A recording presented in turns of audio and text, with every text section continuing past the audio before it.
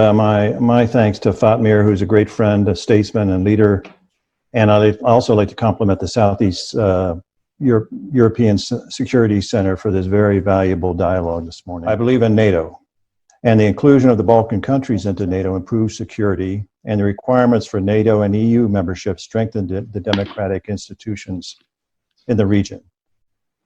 And in the region where Russia and China are doing everything in their power to undermine democratic institutions and extend their control, it is in America's interest to strengthen our economic cooperation and build a strategic partnership between the region, especially Albania and the US.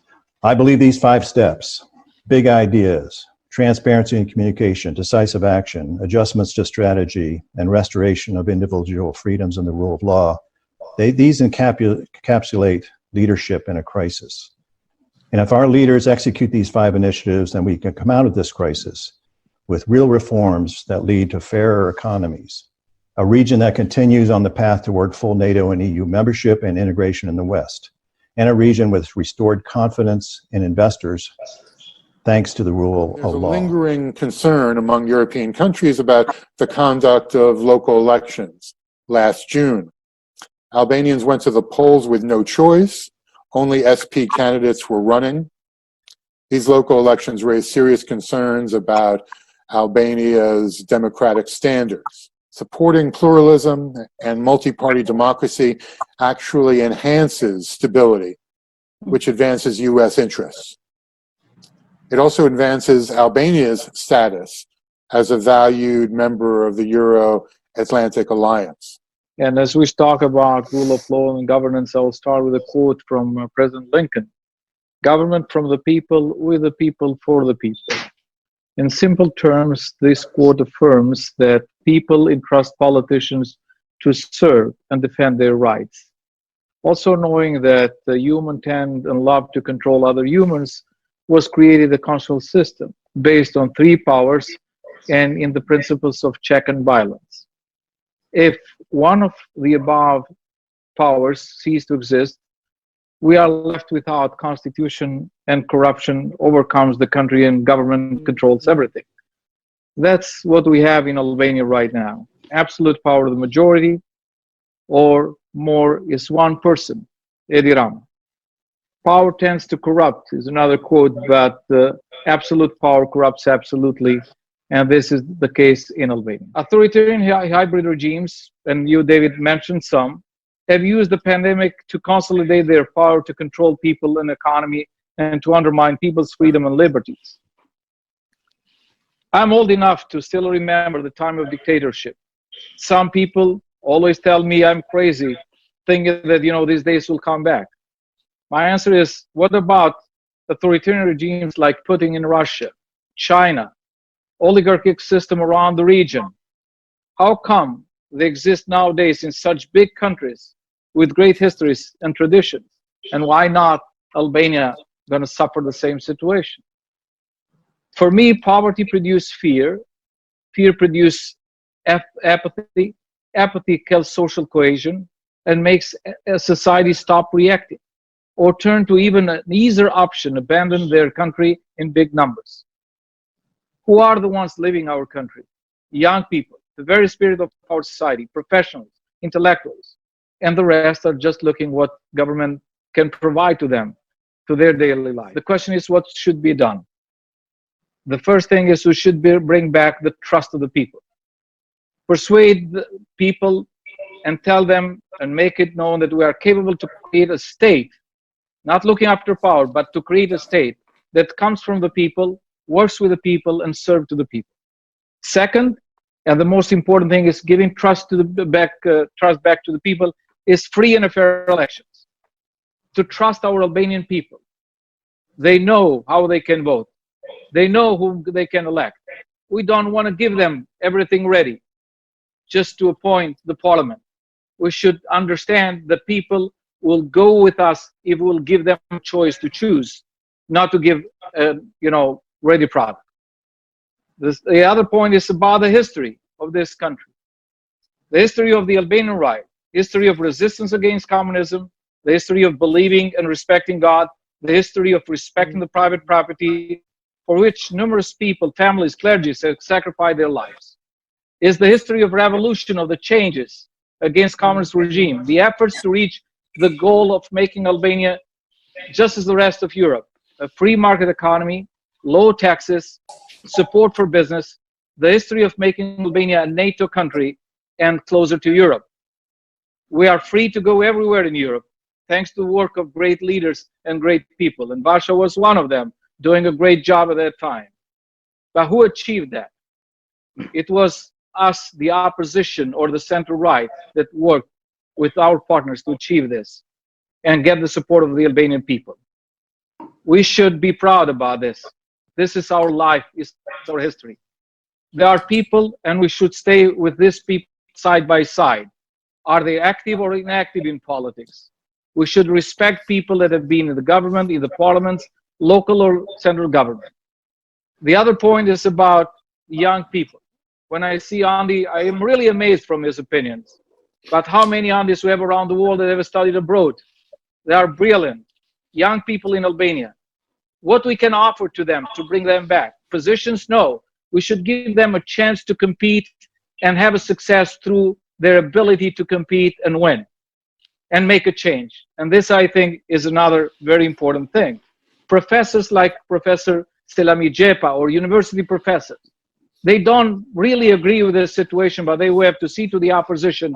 The opposition duly represents their interests and values, which they are fighting for.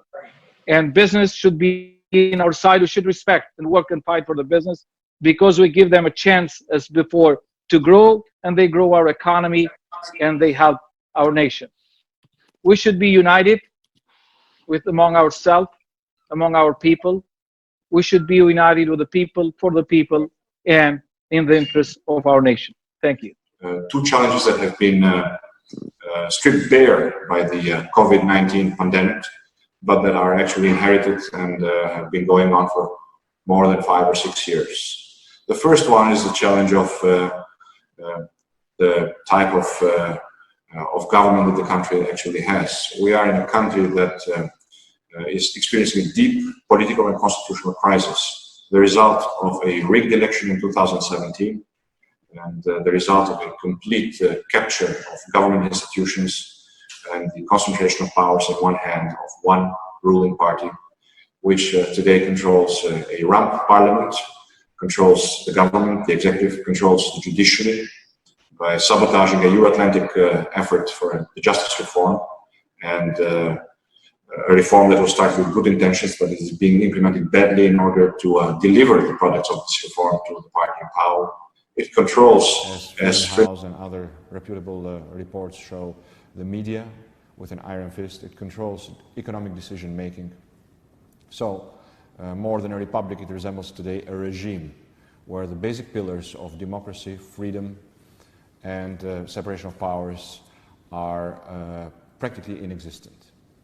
The second challenge is the economic challenge. Unlike other countries in the region, like North Macedonia or Serbia, for the past 7 years, the Albanian government has not invested in either supporting Albanian exports or attracting foreign investments and technology transfers. It has directed Albanians' taxpayers' funds into which, by the way, Albania is, for the past 5 years, the country with the highest rise in taxes in the Western Balkans. This money has primarily gone into two directions.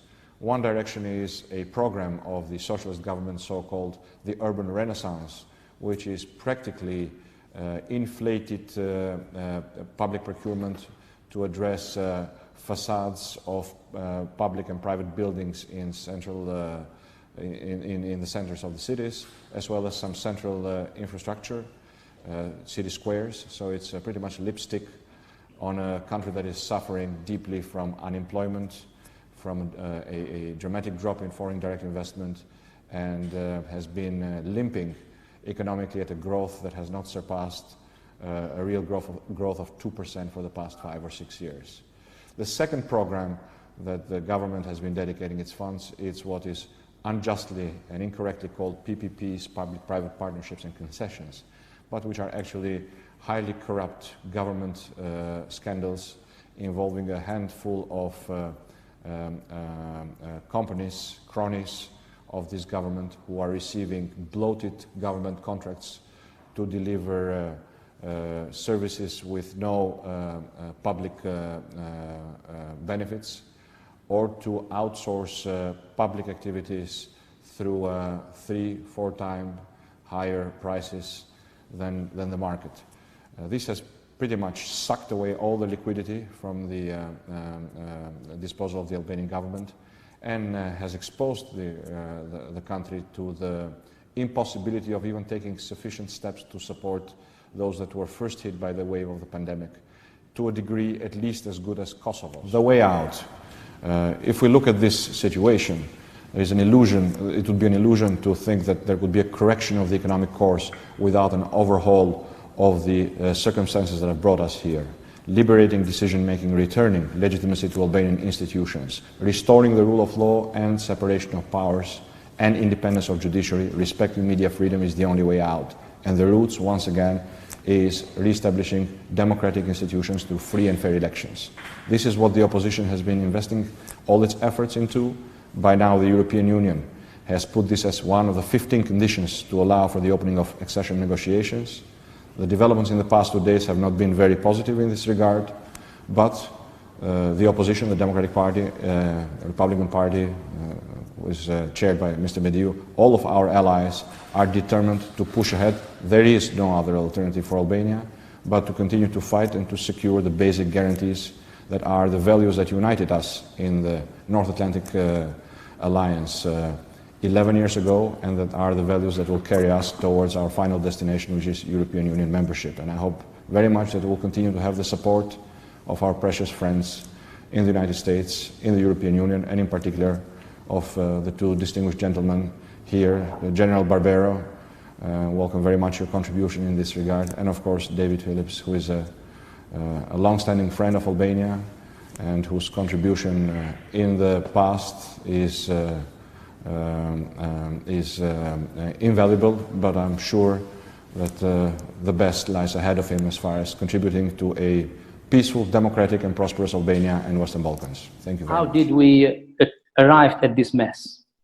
Because in my view, Albania is in a very difficult situation, and I think there are two major factors that explain the current conditions on the economic sphere. Number one are some exogenous shocks, and by this I mean starting from the global crisis of 2008, economic growth was going down, and since that time, economy was not recovering. The second, we have the terrible earthquake of last November, which displaced hundreds and thousands of Albanian families, and it definitely was another serious impacting the economic conditions of the economy. And the last one is the pandemics of that where all the global economy is suffering right now. But a part of these exogenous shocks, Albania, I think, has another domestic, let's say, domestically made issue, which is either the weak or wrong policies and the lack of reforms which could have prepared the country, to cope with difficult conditions. For example, the same way that our neighbors are doing. By wrong policies or lack of reform, I mean that the business environment in this country has been deteriorating. All the reports measuring the progress of business environment have clearly indicated that Albania has decreased the ranking on this global competition. The economic freedoms have been reduced, and therefore the lack of investments, and in particular the lack of foreign direct investments in the country, have limited, the industrial base and the base for the economic growth. Due to this complex of factors, I think that this explains basically why the response of the Albanian authorities have been so weak compared to even with the countries in the region.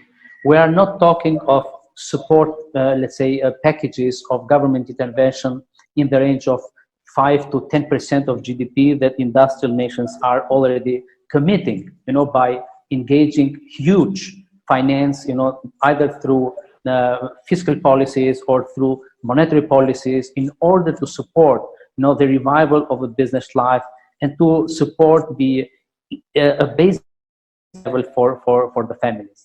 So basically the intervention the Albanian authorities have been doing so far have been quite limited, have not been far-reaching or reaching only a very fragment or part of the population, and therefore the majority of the people and the economy in general do not feel any kind of support.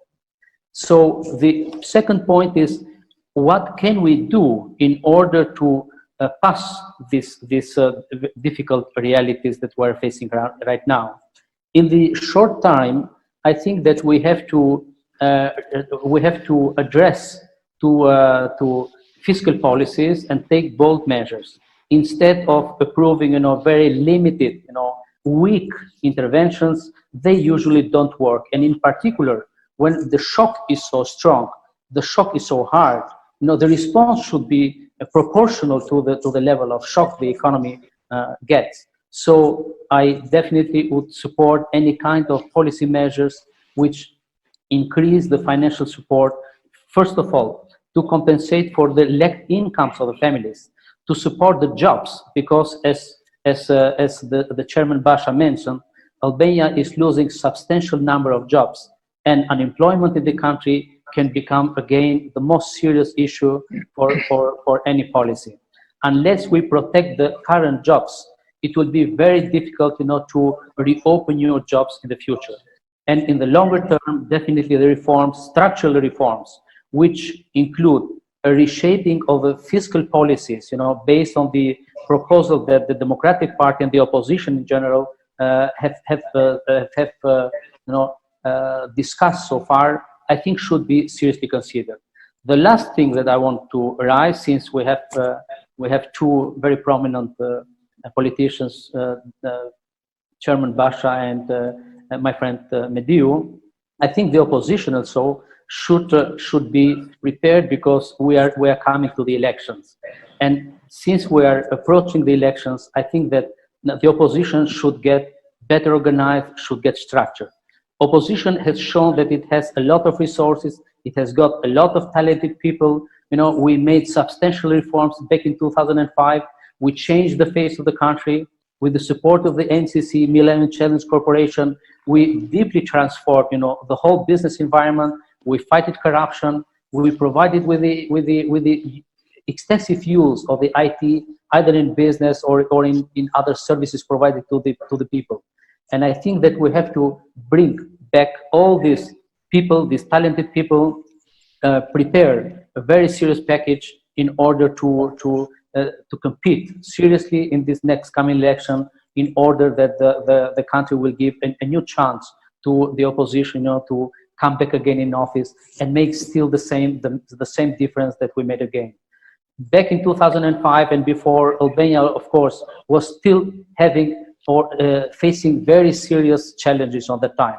And we made a difference. And I think that we have the potential to make again this difference. So I agree with all the previous speakers, we have to build a new culture, a new political culture in the country. Unless, we build a new philosophy of government for the people, as my friend Mediu mentioned, it will be very hard, to earn the hearts of the people. And if we do not succeed on this, it will be a serious blame. Unfortunately, the rule of law currently in Albania is very weak, and sometimes it is lacking at all. So basically, we need to raise the awareness of people regarding this very important issue, since the rule of law is the basic precondition for human rights and functional democracy. Rule of law cannot exist just formally as a principle, but needs to have in place real constitutional mechanism and guarantees. One of the key mechanisms for securing rule of law is the principle of check and balances, which unfortunately in Albania right now does not exist, since we have just the executive power who decides for everything, and the legislative power approves what I call ready-made laws. The government in recent months have decided not to propose any more draft laws, but just enact what are called as normative acts. So those are just ready-made laws, and the parliament approves them without any further editing or any further opposition to them, and without even consulting the public at all. So basically, this is a very serious situation, which in the absence of constitutional court and also Supreme Court, it makes the situation even worse. So on the other hand, regardless of the needs to have some limitation because of the COVID-19, still the government misused the power to issue normative acts and to introduce limitations to some very basic human rights, which are not proportional and are not justified. Basically, people in Albania today, as we speak, cannot protest, although they may still be able to respect the rules regarding the COVID-19, but still they are not allowed. And to my understanding, since the government decided also to closure, basically there is no way that an Albanian citizen can challenge a government decision regarding his rights, because the courts are closed. And while we are thinking, and they are already announcing opening almost all kinds of businesses, the courts are not yet even thought to be open. So this is very unusual situation, since we have, I personally, but also many other people have already proposed to the High Council of Judiciary some measures that could be adopted in order to reset the normal function of courts, but the government just chose the shortest cut by just closing them. It seems like the closure of courts has contributed also to lower level of rule of law, and basically the High Council of Judiciary, I don't know for what reasons, it's delaying the process of fulfilling the vacancies before the Supreme Court.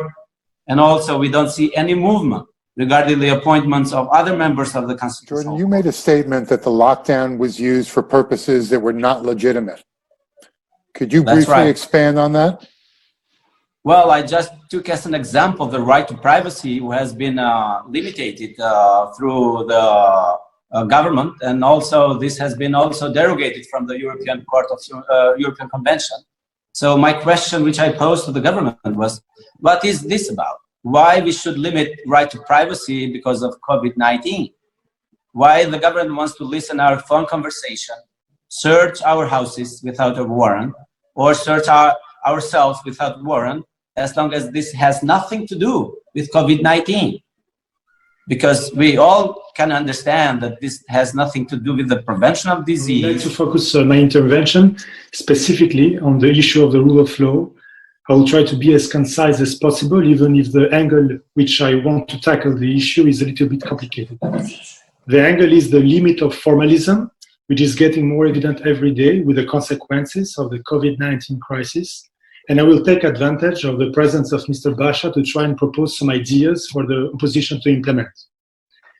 When we talk about the rule of law, especially in countries like Albania, I believe that we can say easily that we have reached the limits of formalism. Formalism is, for a very long time now, this dominant ideology, which has never been debated actually per se, stated that a country could advance rapidly towards the consolidation of the rule of law, democracy, human rights, or even the development of the economy by implementing a series of laws in its internal legal system. As long as my memory goes, I remember that the main political agenda of Albania was the fulfillment of criteria linked to reforms that Albania had to adopt in order to access international organizations. Moreover, these reforms that often dealt with the same issues were influenced by different countries, giving the idea that making law is like cooking. You can do it by mixing ingredients, in this case, different legal systems.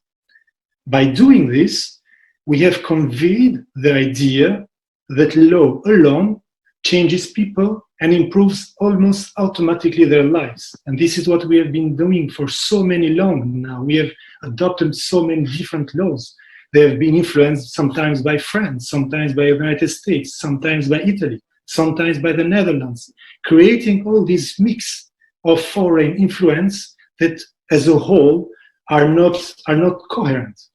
By doing so, we have also failed to have a debate that seems philosophical at first, but which is actually in fact very practical. At what extent the law changes the society, and at what extent the society influences the law. Also, what is the role of the government between them? The opposition can and should create what I call success laboratories, which can be a specific part of the Democratic Party that can emphasize and put forward the successes of the people and different organizations in our country and think how we can put them in use to inspire others. It should also be a way to find and promote success stories and real heroes, because we have real heroes and they are everywhere in our society, and think how we can transform this force, these people, these successes to influence the work, the strategy, and the public policy of the government to come. Another idea can be the implementation of accountability criteria for the political representative. It should begin with the opposition while it is in the opposition. Today, for example, it is very difficult to understand for people how political representatives are judged and how they perform their tasks. What are their tasks? What do they have to do inside a party, an organization, or even in society to deserve, in the end, to be chosen, to be elected in the parliament or even in ministerial positions? By putting in place such rules inside the party itself, we will be able to coordinate a coherent political strategy and show to the people that will vote how representatives have performed in the opposition, thus being inside or outside parliament, it doesn't matter, thus why they should give them their votes to govern the country. I believe also, and this is another extremely important point of view, an extremely important element, that the opposition should put forward a new management culture, specifically in the public administration and in ministerial functions. We know today how much the Prime Minister have hurt the position, the image of leaders, on the way that he's leading the country, a very brutal way of leading the country, by mocking people on the internet, by disrespecting his ministers and everybody that works for him when they do not agree. And this is like a cancer that has spread to the society, because it is what people see every day in television. It is what the young generation see as normal to be, and what is normal, how it is normal to behave. While in reality, it is not normal to behave like this. It is very wrong, and we have to fight this. These new management cultures has to be both for the main leaders and for the way the future civil servants will work in their relations with the public. This new management culture should aim to restore, and I have to say to heal, the link between public officials, both in administration and politics, with the society. It has to be based on humanity and meritocracy as the basis of the right ideology since ever. David mentioned the collusion of the ruling politicians with the drug lords at the introductory remarks.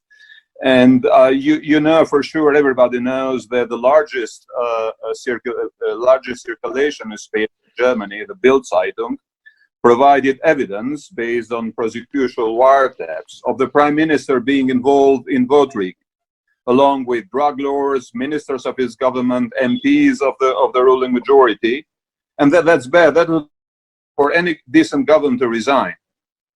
Still, I mean, the government is in place, but the Prime Minister last week has publicly announced legislation to legalize cannabis.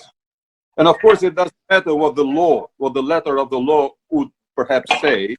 It means that the signal has been issued again. I mean, cultivate cannabis like we did before the last general elections in order to have enough cash at hand so we can buy votes. That's another perhaps due example to be presented of how dire the situation is. What can the opposition do? Back to the main message. I mean, the opposition can try and is engaged in some electoral reform that would make the free and fair vote possible, free of intimidation, free of buying.